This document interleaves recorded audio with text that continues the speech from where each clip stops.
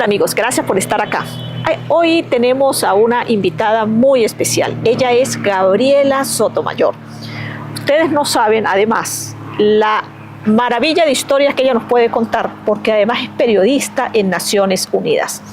Gabriela, gracias por estar acá. Gracias a ti por la invitación.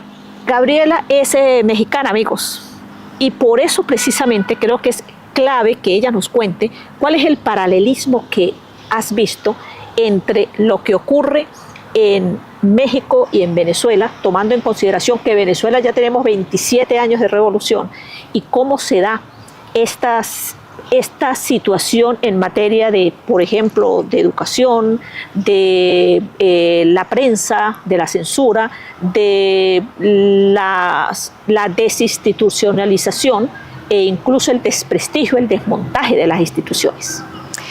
Bueno, pues muchas gracias por la entrevista y me siento un poco rara porque estoy acostumbrada a estar de aquel lado, claro, y no del lado de la entrevistada. Pero la situación en México es preocupante porque va cada vez peor, así como la situación en Venezuela cada vez fue peor desde Chávez, después Maduro, o sea, y cómo ha decaído todo en Venezuela, las instituciones, el derecho a la educación, el derecho a la salud. Y lo que yo veo es que con el gobierno de López Obrador en México, pues ha ido más o menos pasando lo mismo, como si hubiera un libro de texto del 1, 2, 3, 4, lo que hay que hacer para demoler la democracia en un país.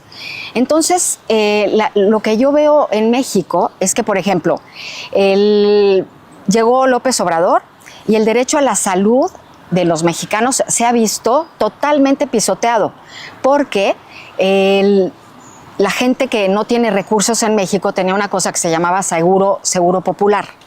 Y López Obrador quitó el seguro popular. Entonces, ¿qué ha pasado? Que él hizo una farmaciototota, grandototota, pero en donde no hay medicinas. Entonces, si tú estás enfermo y quieres una medicina, pues tienes que tener algún tipo de relación con el partido de Morena, con los seguidores de López Obrador o algo así, pues para poder tener tu medicina. En México nunca había escasez de medicamentos, de antibióticos, nada de esto pasaba en México. Era facilísimo conseguir cualquier medicina en cualquier farmacia del país. Pero ahora lo que está pasando es que los mexicanos, y sobre todo los que no tienen recursos, pues no tienen acceso a la salud. Y si tienen acceso a la salud, pues tienen que demostrar que están del lado del partido o del movimiento de López Obrador, que es este movimiento de regeneración nacional, que se llama Morena, que no es un partido político, es un movimiento, según ellos dicen. Como el movimiento Quinta República empezó en Venezuela. Bueno, pues como este movimiento en Venezuela. Y entonces, con este movimiento y con esto, lo que ha pasado es que han ido demoliendo las instituciones. Entonces, por ejemplo, la salud, el Ministerio de Salud, bueno, pues ya el mexicano tiene muchos problemas para acceder a la salud. La educación, pues la educación es gratuita en México. Hay escuelas públicas y también hay escuelas privadas, pero en las escuelas privadas había cierta concesión para niños que no tienen recursos y les daban becas para estudiar. Entonces, ahora en México, pues la educación pues es un lujo, porque la escuela de López Obrador, o sea, los libros de texto que hizo, porque además los libros de texto que habían ya desaparecieron. Entonces ahora hay nuevos libros de texto en los que hacen ver a el partido Morena, a los del movimiento de Morena, a López Obrador, como verdaderos santos.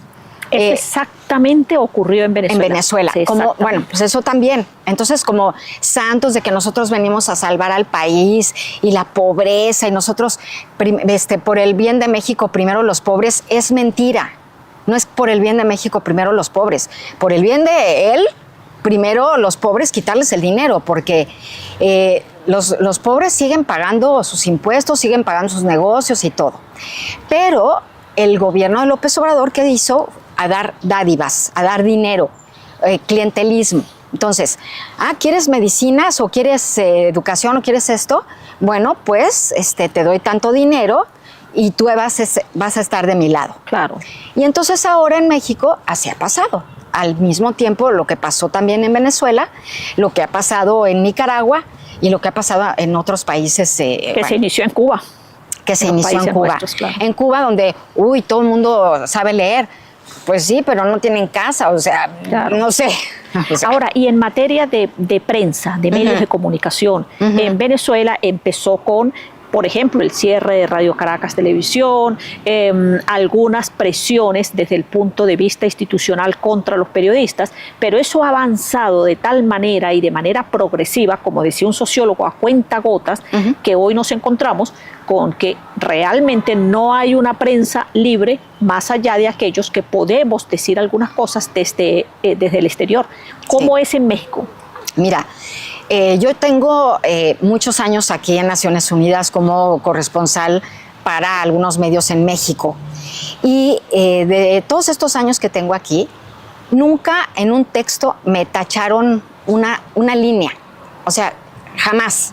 El derecho a la libertad de expresión estaba más que garantizado.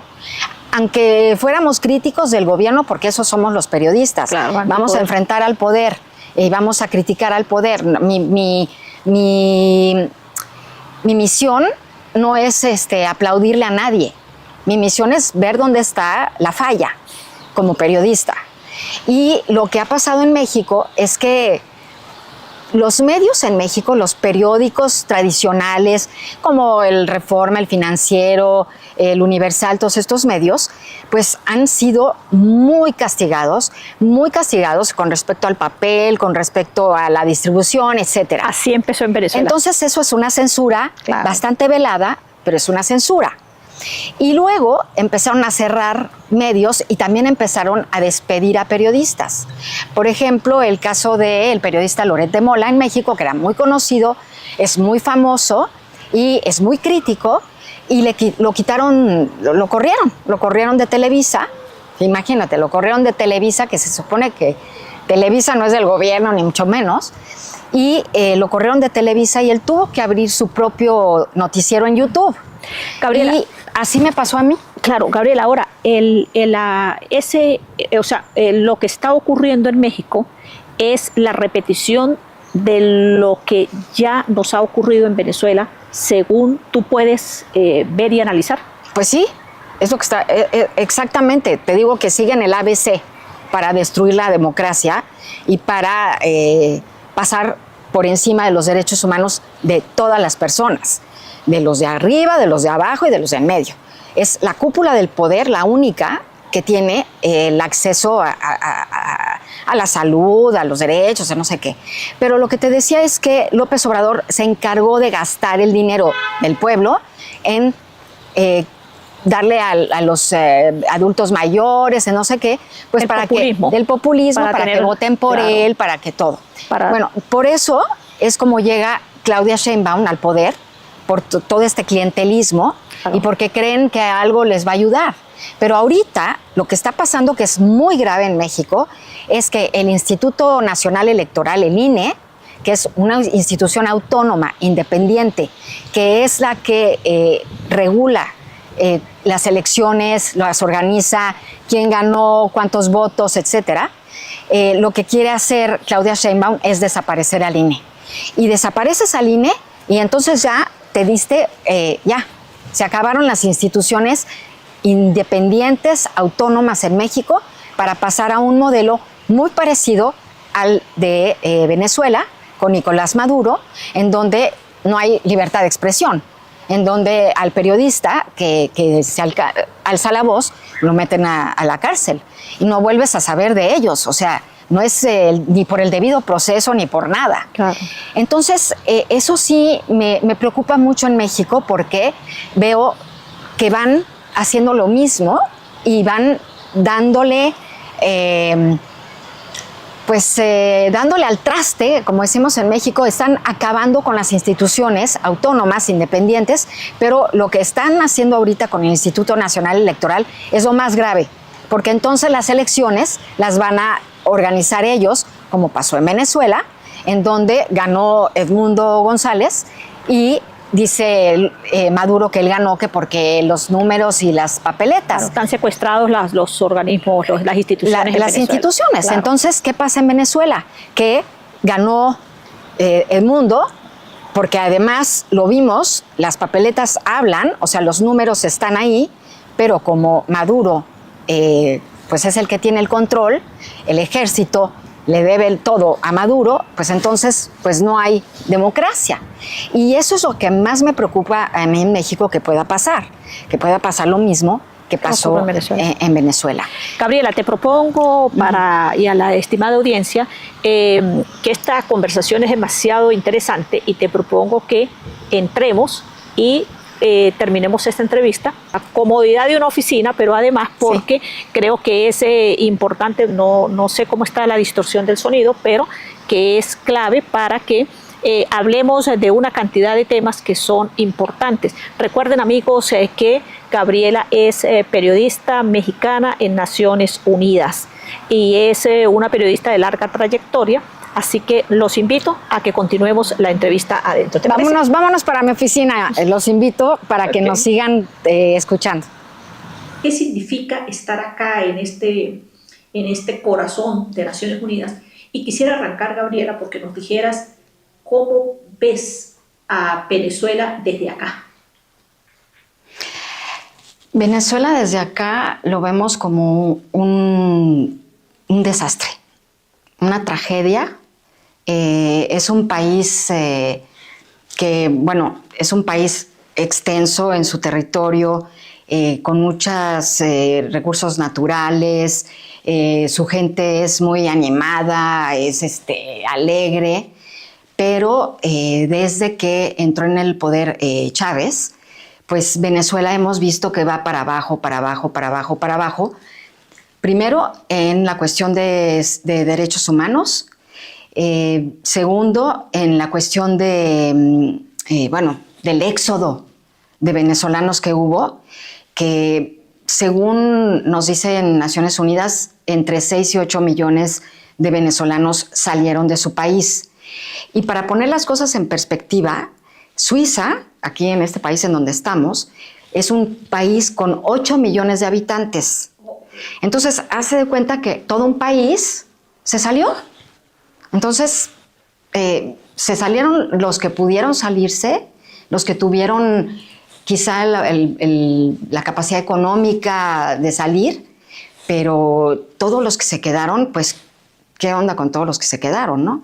Entonces, yo desde aquí, yo llevo bastantes años aquí como corresponsal y he visto el declive de Venezuela.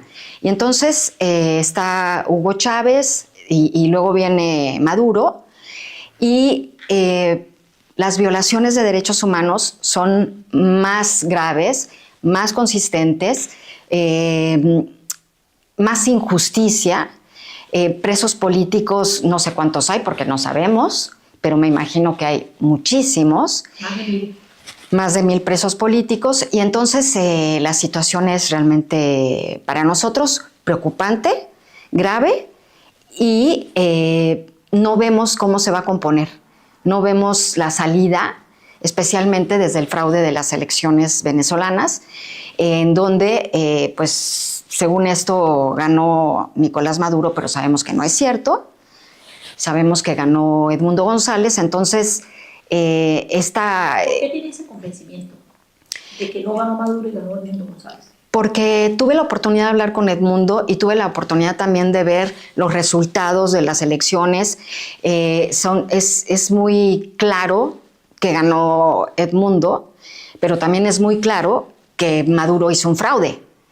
Entonces, pues así son las cosas, porque hay un principio filosófico que dice que lo que es evidente no necesita ser demostrado. Entonces es obvio y es evidente que ganó Edmundo González porque ahí están los números, ahí están las papeletas, ahí están las boletas. Entonces Maduro hizo un fraude y por eso está en el poder. Y especialmente porque ha sido apoyado por Diosdado Cabello y su comitiva, pero el pueblo venezolano ha sido olvidado. Los derechos de los venezolanos han sido olvidados.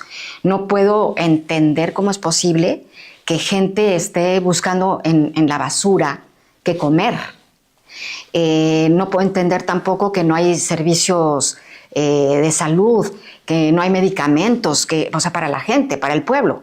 Porque la cúpula tiene todo, pero tiene secuestrado al pueblo venezolano. Yo tuve una experiencia aquí bastante desagradable porque, bueno, varias. He tenido varias experiencias desagradables, pero con respecto a Venezuela, una de ellas fue que una vez vino aquí Maduro. Vino aquí a Naciones Unidas, vino Maduro y se presentó ante el Consejo de Derechos Humanos. Y bueno, o sea, imagínate el tamaño de cinismo que tienes que tener para venir al Consejo de Derechos Humanos a hablar de Venezuela. Bueno, pero vino. Y entonces sale de la sala del Consejo de Derechos Humanos y Maduro, pues es alto. Sí. Es bastante altito y yo soy bastante chiquita. Y entonces salimos de ahí, se juntó la prensa, nos juntamos ahí a abordar a Maduro precisamente.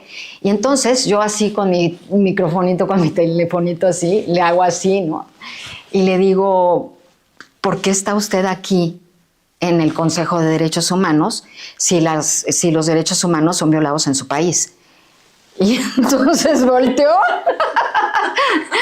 y dijo, ¿pero quién es esta? O sea, ¿no? Y entonces... ¿En español? Sí, claro, en español, y le aventé la pregunta y estaban las de la EFE, de la agencia EFE, que es la agencia española de noticias, y entonces todo el mundo estaba así como que, ¿qué vas a contestar? Claro.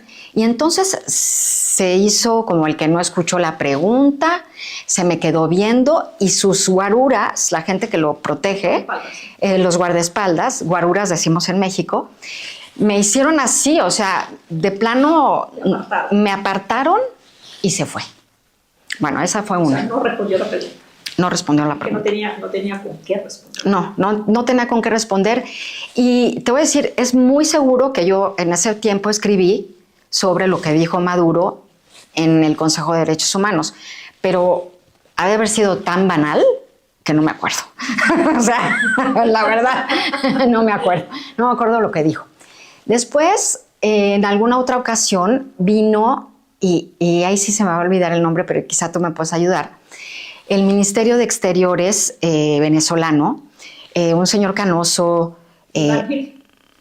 no. ¿Es el actual? No, antes, mucho antes. ¿¿Arriaza? Arriaza, ese. Entonces vino Arriaza y estaban, me acuerdo perfecto que estaban en la asamblea, en la sala de las asambleas, aquí en la ONU, y estaba él ahí y yo entrevisté a unos jóvenes venezolanos que vinieron aquí precisamente a hablar sobre aquellas protestas que empezaron en 2014. Unos jóvenes que vinieron aquí a la ONU a denunciar lo que estaba pasando en Venezuela, pero hace cuántos años, ¿no? Y entonces yo los entrevisté y bueno, después de eso he seguido escribiendo mucho sobre Venezuela. Es un tema que me gusta, bueno, porque es Latinoamérica. Y bueno, estaba Arriaza y algo escribí yo sobre su presencia aquí. Y entonces me ve, estábamos en la sala de las asambleas, o sea, mucha gente, diplomáticos alrededor, y me ve y me dice así, su artículo es malévolo. Y yo así como que perdón, me dice, su artículo es malévolo, todo lo que escribe ahí. Y yo le dije, pues, discúlpeme, pero la verdad no es malévola. Entonces, yo solamente dije la verdad. Pásate un momentico ahí. Es que ese hecho me parece muy significativo y muy revelador. Uh-huh. ¿Ha tenido una experiencia en otros casos con otros diplomáticos que hayan hecho algo como eso? Nunca. Bueno, algunos de México, pero no así, no de esa manera, porque México ejerce la censura de una manera bajo el agua. O sea, son muy abusados para que, o sea, te están censurando, pero como que no. Y tienen muchos medios para censurar. Pero así como este tipo, imagínate el ministro de Exteriores que me grita en medio de una sala llena de gente, pero claro, pues estaban todos con sus audífonos y no sé qué, y me ve y me dice que mi artículo era malévolo, malévolo. O sea, no me dijo está equivocado, sí, ese dato está mal, vamos a sentarnos porque hay datos en su artículo que usted no conoce, ¿por qué no me entrevista a mí para tener la otra parte? O sea, me podía haber dicho muchas cosas, pero decir que era malévolo, entonces yo le dije, la verdad no es malévola. Eso es que ese episodio es tan interesante porque imagínese si el representante de Exteriores en Venezuela se dirige así a una periodista mexicana, pues saque cómo tratan a los periodistas venezolanos. No, bueno. Y si eso lo hace en el exterior, solamente imaginemos qué ocurre dentro de Venezuela con el periodismo, porque es que ese episodio es muy revelador. Sí. Y eso que lo hizo de voz, porque uno no sabe qué tipo de acciones peores hacen por debajo de cuerda, qué presiones, qué tipo de hechos atroces pueden cometer. Pueden cometer. Sí. Mira, a mí, por ejemplo, he tenido problemas también, por ejemplo, con China. Alguna vez mi teléfono fue hackeado y tuve que ir a un lugar especial de aquí de Naciones Unidas, que no puedo decir en dónde es ni nada, y tuvieron que intervenir mi teléfono porque estaba totalmente hackeado por los chinos. Entonces, no sé qué puede hacer un gobierno como el de Maduro, que tiene todo el poder con los periodistas venezolanos. Me imagino que el periodismo en Venezuela ahora es palero.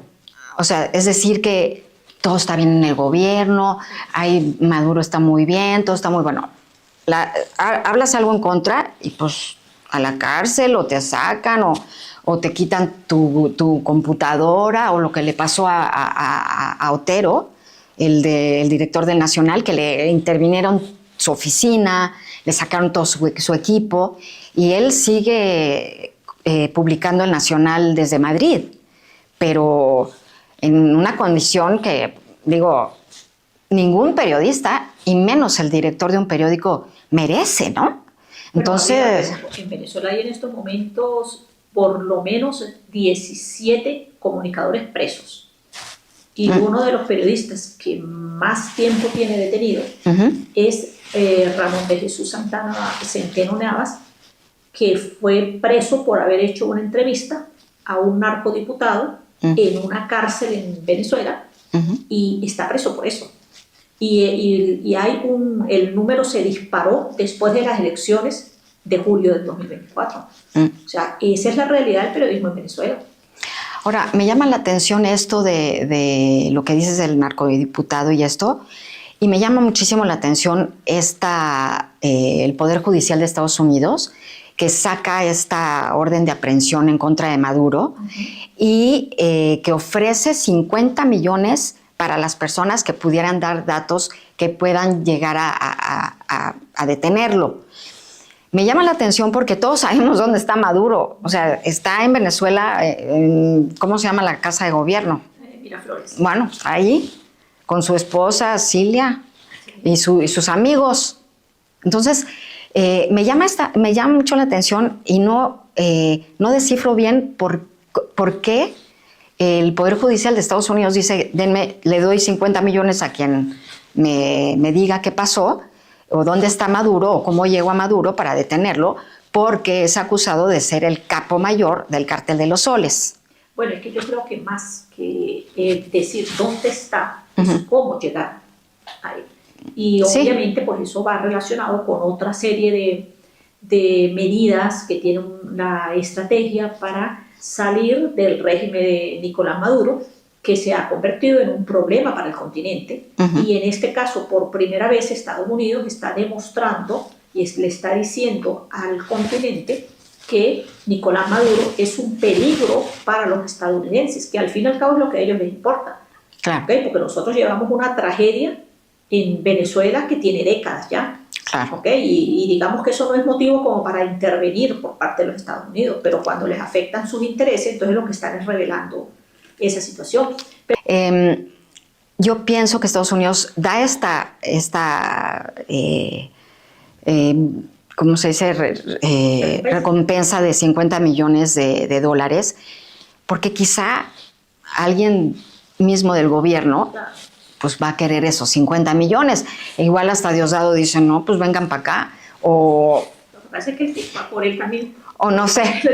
Sí. 5 millones. Sí, bueno, ahí está. Bueno, entonces él no, pero alguien del gobierno o alguien cercano a Maduro, puede ser que la codicia le llame la atención y diga, yo tengo estos datos y sé cómo, aquí está la llave del Miraflores, no sé. Pero bueno, me llama muchísimo la atención esto que hace Estados Unidos. Claro, ahora que está Trump, pues que está con la espada desenvainada, como lo vemos, contra todo el mundo. Migrantes, contra los migrantes venezolanos que ya los mandaron a Sudán. O sea, ¿cómo es posible que migrantes venezolanos, migrar no es un delito, los hayan mandado a Sudán? O sea, ¿qué hacen ahí? ¿Qué hacen en El Salvador? O sea, los migrantes no son criminales. ¿Qué hacen en El Salvador con Bukele ahí en esa cárcel?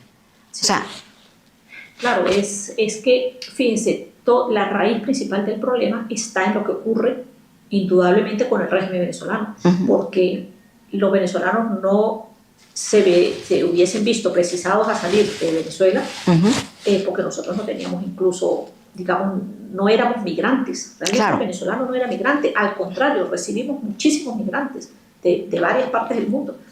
Pero ese es por la situación que vivimos ahí. Sí, nadie migra por gusto. Claro. Nadie migra por gusto. Eso lo sabemos, digo, aquí los de la Agencia de los Refugiados nos lo dicen todos los días, los del ACNUR.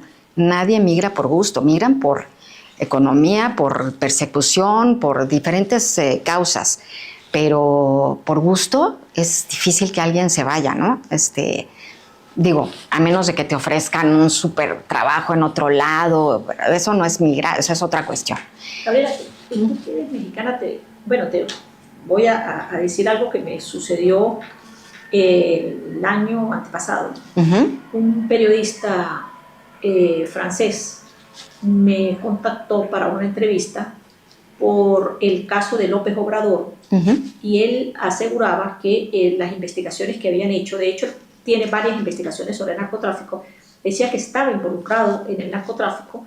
Y bueno, y después de eso me ha sorprendido que se han ido revelando algunas cosas sobre lo que ocurre ahí, pero esa relación de López Obrador y esa posición que él asumió con relación a Venezuela, ¿cómo se explica?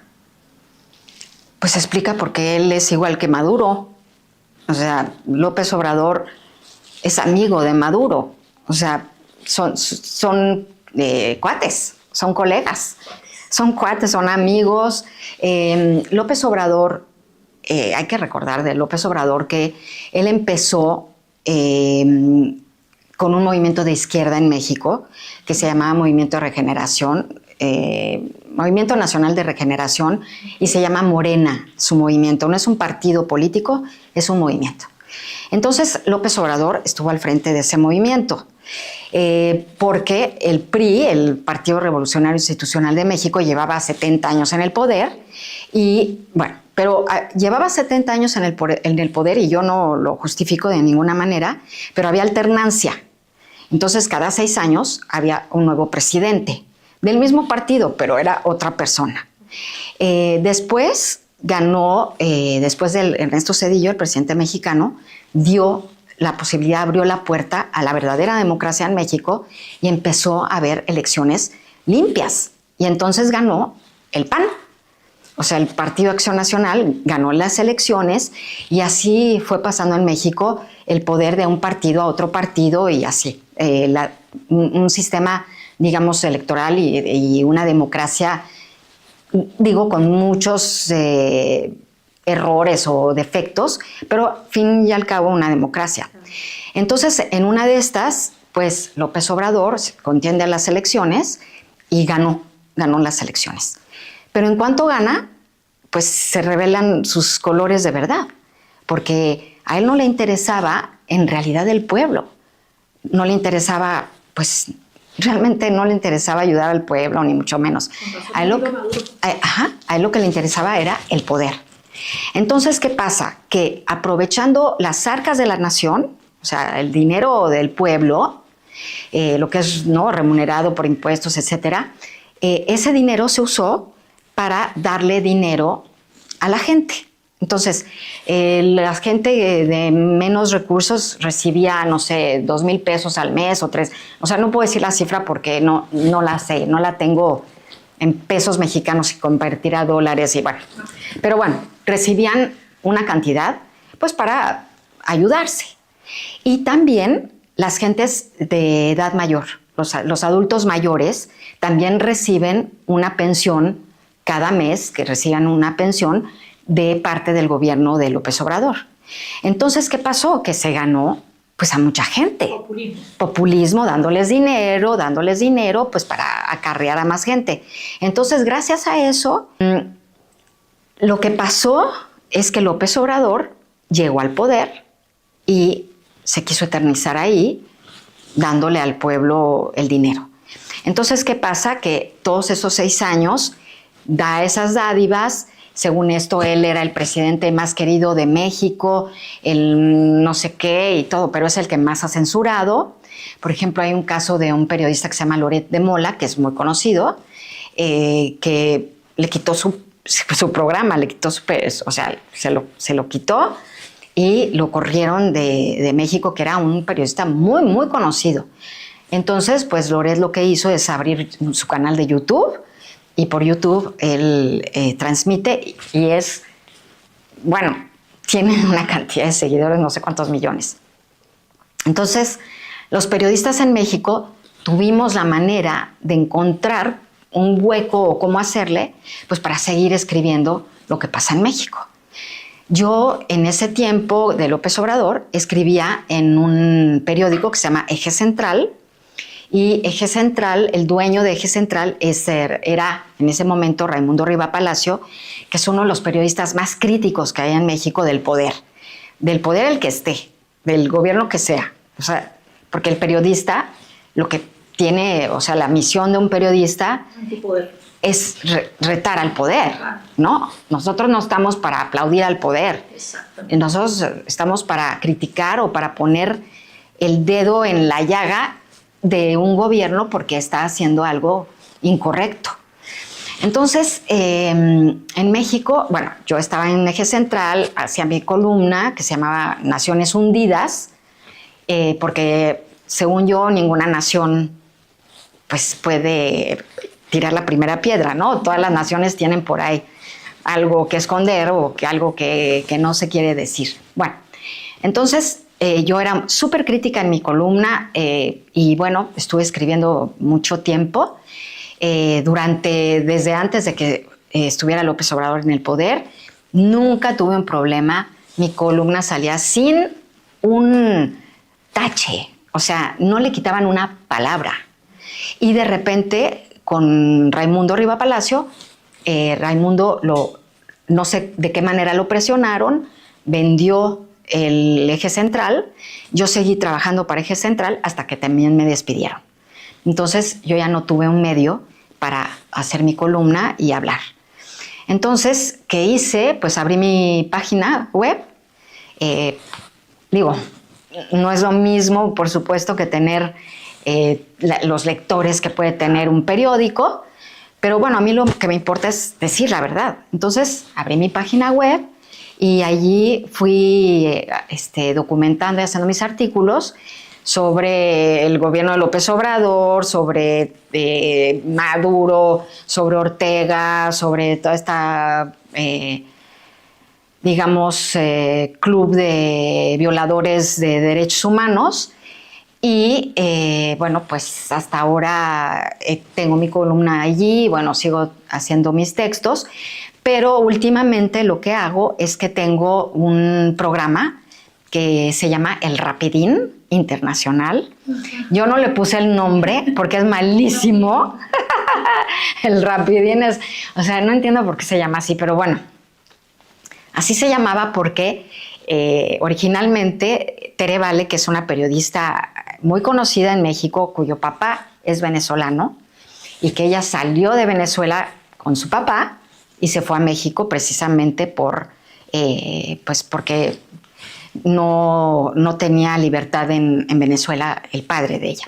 Bueno, ella es periodista y es muy conocida en México. Es hermana de Raúl Vale, que era cantante, y bueno, la conocen mucho en México. Y ella tiene su canal en YouTube y participa en varios medios en México, y ella me invitó a participar en su programa, que es El Rapidín. Okay. Y le pusieron El Rapidín porque López Obrador habla lento. Entonces, a veces duraban 4 horas sus conferencias. Entonces, Tere Vale abre este medio que se llama El Rapidín, que era noticias rápido, les decimos, como para contrastar con la lentitud de la mañanera. Entonces me invita, y entonces en este programa El Rapidín Internacional, que me pueden ver en YouTube, y en ese medio y yo tengo mi programa y hablo con absoluta libertad, y tengo mis temas, tengo entrevistados, hablamos de muchas cosas, hablamos de la situación, por ejemplo, en Venezuela hemos hablado de la situación en México, pues lo que están haciendo en México, por ejemplo, con la salud, lo que hizo López Obrador, quitó el seguro popular, abrió una farmacia tototota y no hay medicamentos en México. O sea, México nunca tuvo escasez de medicamentos como pasó en Venezuela, nunca. Pero pues estos tipos siguen el ABC, ¿no? O sea, sí, como una receta. Como una receta, y entonces la gente está sin medicinas. Y esa receta lo vuelve clientelar. Claro, entonces muchas gracias al presidente por darme mi medicina. Ahora, y la esposa de López Obrador. Bueno, ella es un ser muy interesante, porque ella se llama Beatriz Gutiérrez Müller. Ella nunca llevó el apellido de López Obrador. Parece que sí están casados, pero nunca quiso llevar su apellido porque dijo que ella era Beatriz Gutiérrez Müller, que ella no quiere el apellido de López Obrador. Y cuando llegaron al poder López Obrador, ella dijo que ella no era la primera dama. Ay, perdón con el micrófono. Ella no era la primera dama, que ella era la esposa del presidente, pero que la primera dama no era. Entonces en México, y pues ya la agarraron de bajada, y entonces la no primera dama dijo, no, pues Beatriz Gutiérrez Müller, la no primera dama, esposa de López Obrador, dijo tal. Bueno, pues esta señora tuvo a bien pedirle al rey de España que se disculpe con México. Entonces, López Obrador y Gutiérrez Müller salen en un video hablándole al rey de España, pidiéndole que se disculpe con México por la conquista. La conquista, sí. O sea, Pues, sí. Yo digo, ¿de verdad están perdiendo el tiempo en eso? O sea, pedirle a España que pida perdón por la conquista. O sea, eso ya lo superamos en México. Pero eso es parte de la receta que siguen los... Bueno, en México ya lo superamos. O sea, en México hay una cantidad, una mezcla absoluta de indígenas, criollos, españoles, indianos les llamaban también. O sea, ya todos somos mexicanos. Ya no hay, me explico, o sea, que le pidan perdón por la conquista y escribir una carta al rey de España. Bueno, el rey de España, por supuesto, no contestó. O sea, no contestó. Pero fíjate una cosa. Hay ahora una ley en España que se llama memoria democrática. Y entonces, todo hijo de españoles o nieto de españoles, bueno, que hayan nacido en España y que demuestren que han sido nietos, bisnietos, o no sé, nietos, descendientes de españoles de línea directa, tiene derecho a la nacionalidad española. Entonces, gracias a esta ley que se llama memoria democrática, muchos mexicanos han podido sacar su pasaporte español. No me digas que López Obrador pidió eso. Y Beatriz pidió el pasaporte español. Oh. Entonces ella lo pidió con esto de la memoria democrática y ya se lo dieron su pasaporte español, a pesar de estar pidiéndole disculpas. ¿Y sabes dónde vive? En Madrid, en el barrio de La Moraleja, que es el más caro de Madrid. No sabemos de dónde sacó el dinero para su casa. Eso sí, no sé, porque el presidente de México, el expresidente López Obrador, decía que él tenía 200 pesos en la bolsa. 200 pesos, para hacer una comparación, es como $1, o sea, algo así. Okay. Y entonces, como la señora odia a los españoles, no entendemos por qué saca el pasaporte, está viviendo en Madrid, tiene la nacionalidad española, ya se llevó a su hijo a donde va a estudiar, no sé qué va a estudiar. Los hijos de López Obrador viajan a Japón, llegan a primera clase a los hoteles.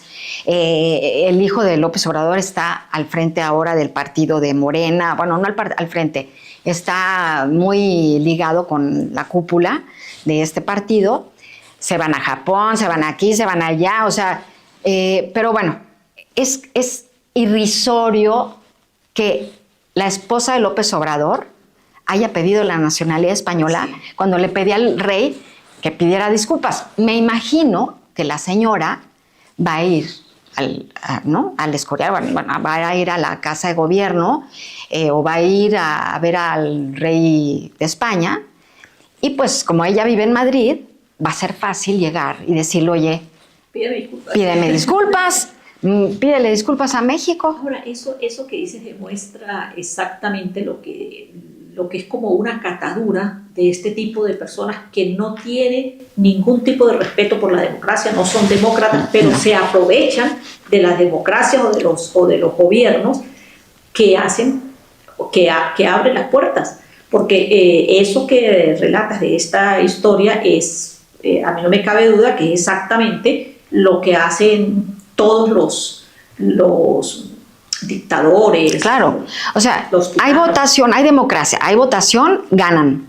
En cuanto ganan, se acabó la democracia, se acabó la votación, se acabó todo. Entonces llegan de manera legal al poder, pero después la dinamitan. O sea, la democracia la hacen polvo.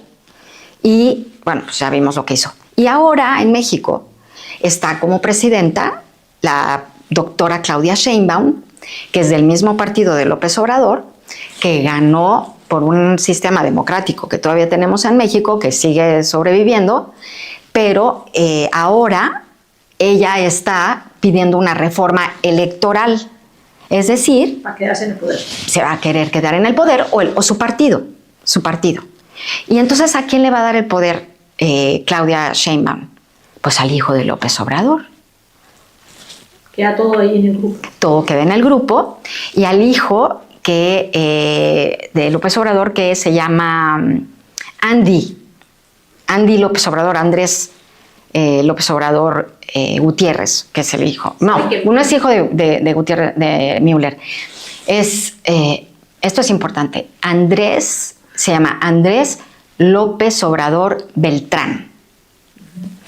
La esposa de López Obrador, la primera esposa, era de apellido Beltrán, y dicen por ahí que este Beltrán Leiva era el narcazo, ¿no?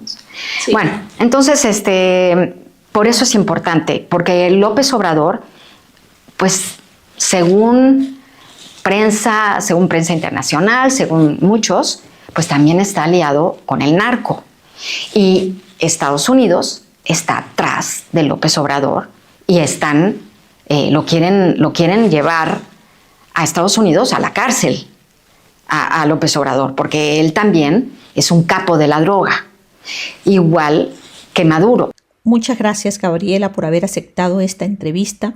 Gracias a la audiencia y sobre todo espero que hayan disfrutado una visión que desde la ONU en Ginebra hemos traído para este programa Sebastiana Sin Secretos.